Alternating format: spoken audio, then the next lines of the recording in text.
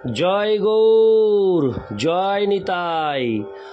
আজ 11ই আশ্বিন 1431 ও 28শে সেপ্টেম্বর 2024 শনিবার, একাদশী ইন্দিরা। এই ইন্দিরা একাদশীর দিন আমি শ্রী চৈতন্য চরিতামৃত পাঠ করছি।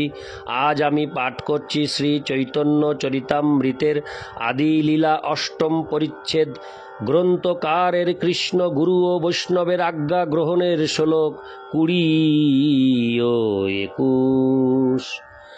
হরে কৃষ্ণ হরে কৃষ্ণ, কৃষ্ণ কৃষ্ণ হরে হরে, হরে রাম হরে রাম, রাম রাম হরে হরে। শ্লোক 20। হেন প্রেম শ্রী চৈতন্য দিলা যথা তথা, জগাই মাধাই পর্যন্ত অন্যের কথা। শ্লোকার্থ: এই কৃষ্ণ প্রেম শ্রী চৈতন্য মহাপ্রভু যেখানে সেখানে দান করেছেন, এমনকি জগাই মাদাইয়ের মতো সবচাইতে অধপতিত মানুষদেরও তিনি তা দান করেছেন। সুতরাং যারা পুণ্যবান এবং পারমার্থিক মার্গে নিষ্ঠাপরায়ণ, তাদের কথা আর কি বলবো। তাৎপর্য: মানব সমাজে অন্যান্যদের দানের সঙ্গে শ্রী চৈতন্য মহাপ্রভুর দানের পার্থক্য হচ্ছে যে, তথাকথিত জনহিতকর সমাজসেবীরা মানুষের দৈহিক দুঃখ কষ্টের কিছুটা উপশম করেছেন, কিন্তু শ্রী চৈতন্য মহাপ্রভু ভগবৎ প্রেম দান করার মাধ্যমে মানুষকে ভগবানের কাছে ফিরে যাওয়ার সর্বশ্রেষ্ঠ সুযোগ প্রদান করেছেন। কোনো সুস্থ মস্তিষ্ক সম্পন্ন মানুষ যদি সর্বতোভাবে এই দুটি দানের তুলনামূলক বিচার করেন, তাহলে তিনি শ্রী চৈতন্য মহাপ্রভুর মহাবদান্যতার সর্বশ্রেষ্ঠ মহিমা হৃদয়ঙ্গম করতে পারবেন।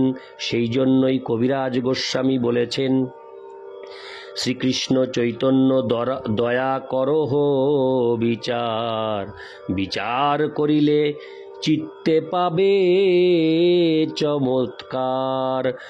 তুমি যদি সত্যি সত্যি যুক্তিতর্কের প্রতি আসক্ত হও, তাহলে দয়া করে শ্রী চৈতন্য মহাপ্রভুর দয়ার কথা বিচার করো।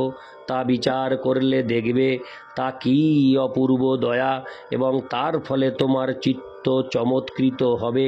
চৈতন্য চরিতামৃত আদি 8-15। শ্রীল নরোত্তম দাস ঠাকুর গেয়েছেন, দীনহীন যত ছিল হরিনামে উদ্ধারিল, তার সাক্ষী জগাই মাধাই। কলিযুগের মহাপাপীদের চরম দৃষ্টান্ত হচ্ছে জগাই ও মাধাই।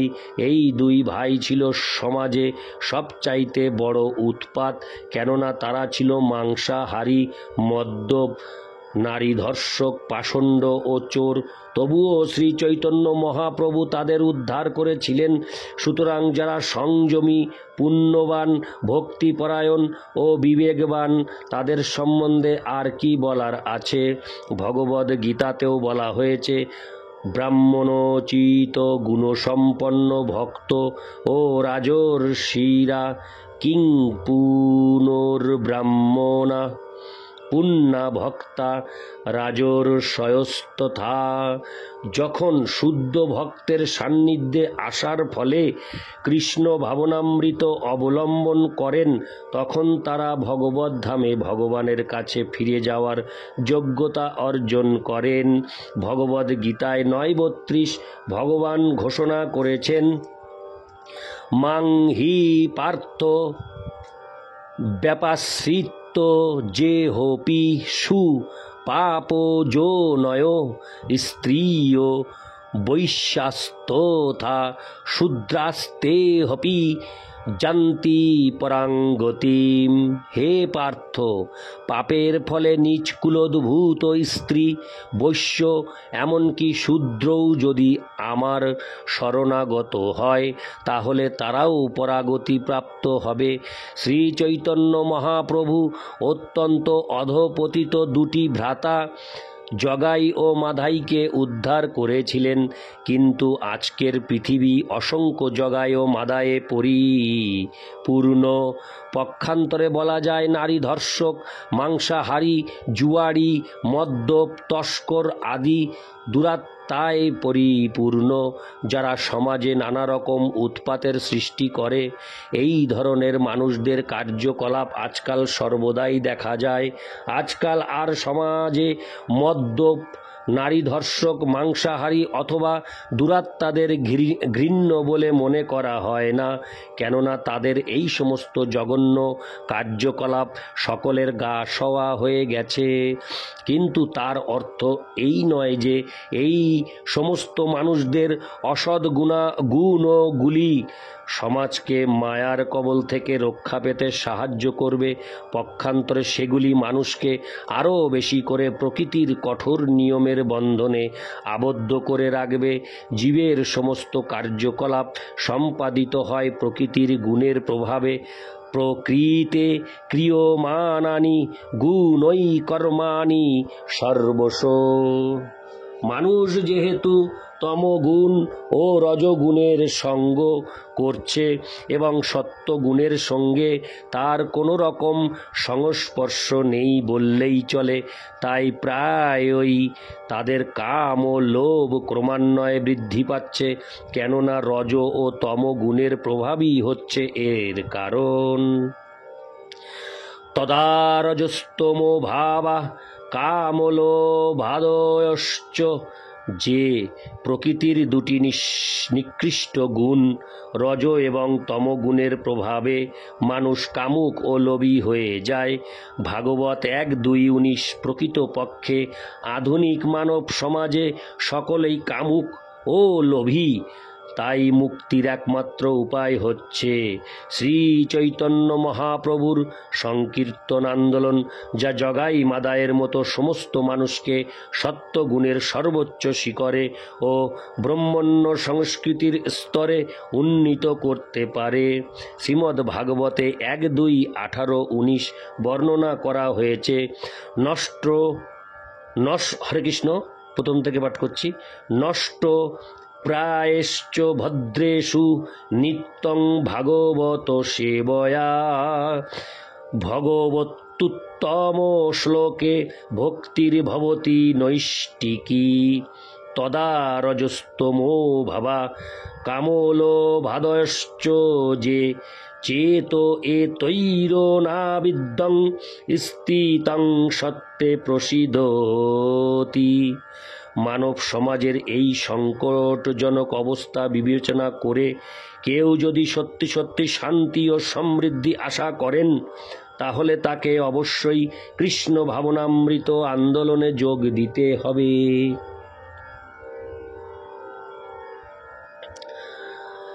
এবং নিরন্তর ভাগবত ধর্মে যুক্ত হতে হবে।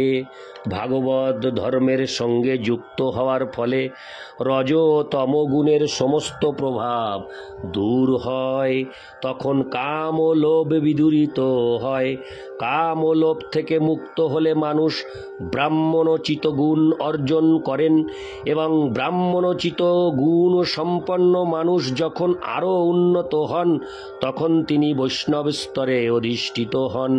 এই বৈষ্ণব স্তরেই কেবল সুপ্ত ভগবত প্রেম উদয় করা সম্ভব এবং যখন তা হয় তখন তার জীবন সার্থক হয়।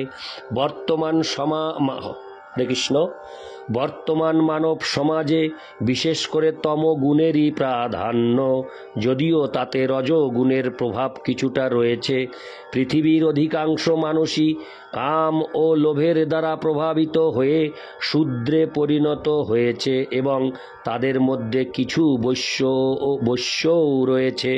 এবং তাদের মধ্যে কিছু বৈশ্যও রয়েছে এবং ধীরে ধীরে তারা সকলেই শূদ্রে পরিণত হচ্ছে।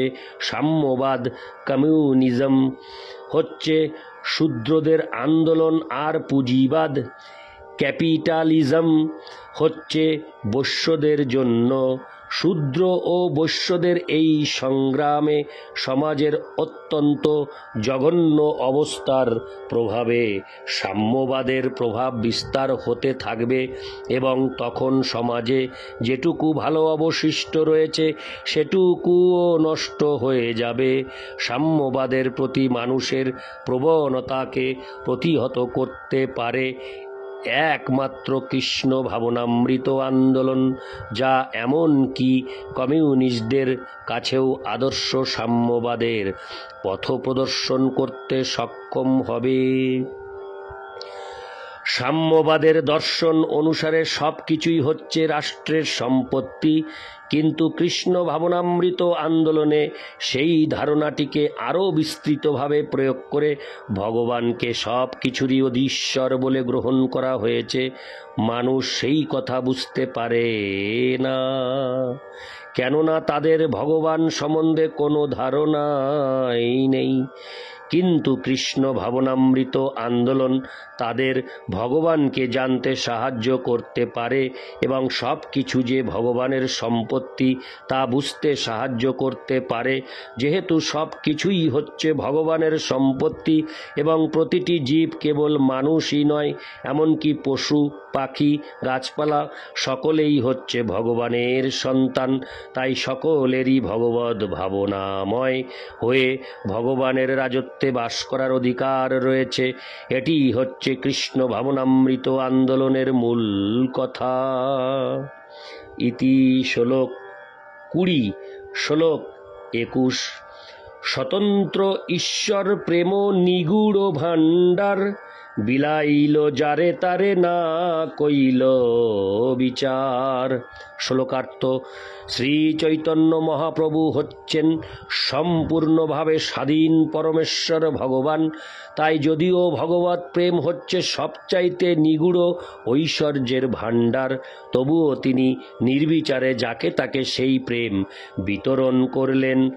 তাৎপর্য: এটি হচ্ছে শ্রীচৈতন্য মহাপ্রভুর আন্দোলনের অবদান। কেউ যদি কোনো না কোনোভাবে এই হরে কৃষ্ণ আন্দোলনের সংস্পর্শে আসেন, তা তিনি শূদ্র হন বা বৈশ্য হন, জগাই মাদাই হন বা তার থেকেও নিকৃষ্ট হন না কেন, জগাই মাদাই হন না, হরে কৃষ্ণ, জগাই মাদাই হন বা তার থেকেও নিকৃষ্ট হন না কেন, তিনি পারমার্থিক স্তরে উন্নীত হয়ে ভগবৎ প্রেম লাভ করেন। আমরা দেখতে পাচ্ছি সারা পৃথিবী জুড়ে কেবলমাত্র হরে কৃষ্ণ মহামন্ত্র কীর্তনের প্রভাবেই এই ধরনের বহু অধঃপতিত মানুষ ভগবদ ভক্তে পরিণত হচ্ছেন। প্রকৃতপক্ষে সমস্ত জগতের গুরু রূপে শ্রী চৈতন্য মহাপ্রভু আবির্ভূত হয়েছেন। তিনি অপরাধী এবং সরল বিশ্বাসীর মধ্যে ভেদ দর্শন করেন না। কৃষ্ণ প্রেম প্রদায়তে তিনি নির্বিচারে সকলকেই কৃষ্ণ প্রেম দান করেন। পরবর্তী শ্লোকে তা বিশ্লেষণ করা হয়েছে। ইতি শ্লোক 21। হরে কৃষ্ণ হরে কৃষ্ণ কৃষ্ণ কৃষ্ণ হরে হরে, হরে রাম রাম রাম হরে হরে। জয় গৌর, জয় নিতাই, হরে কৃষ্ণ, জয় রাধে রাধেশ্যাম, হরি বল।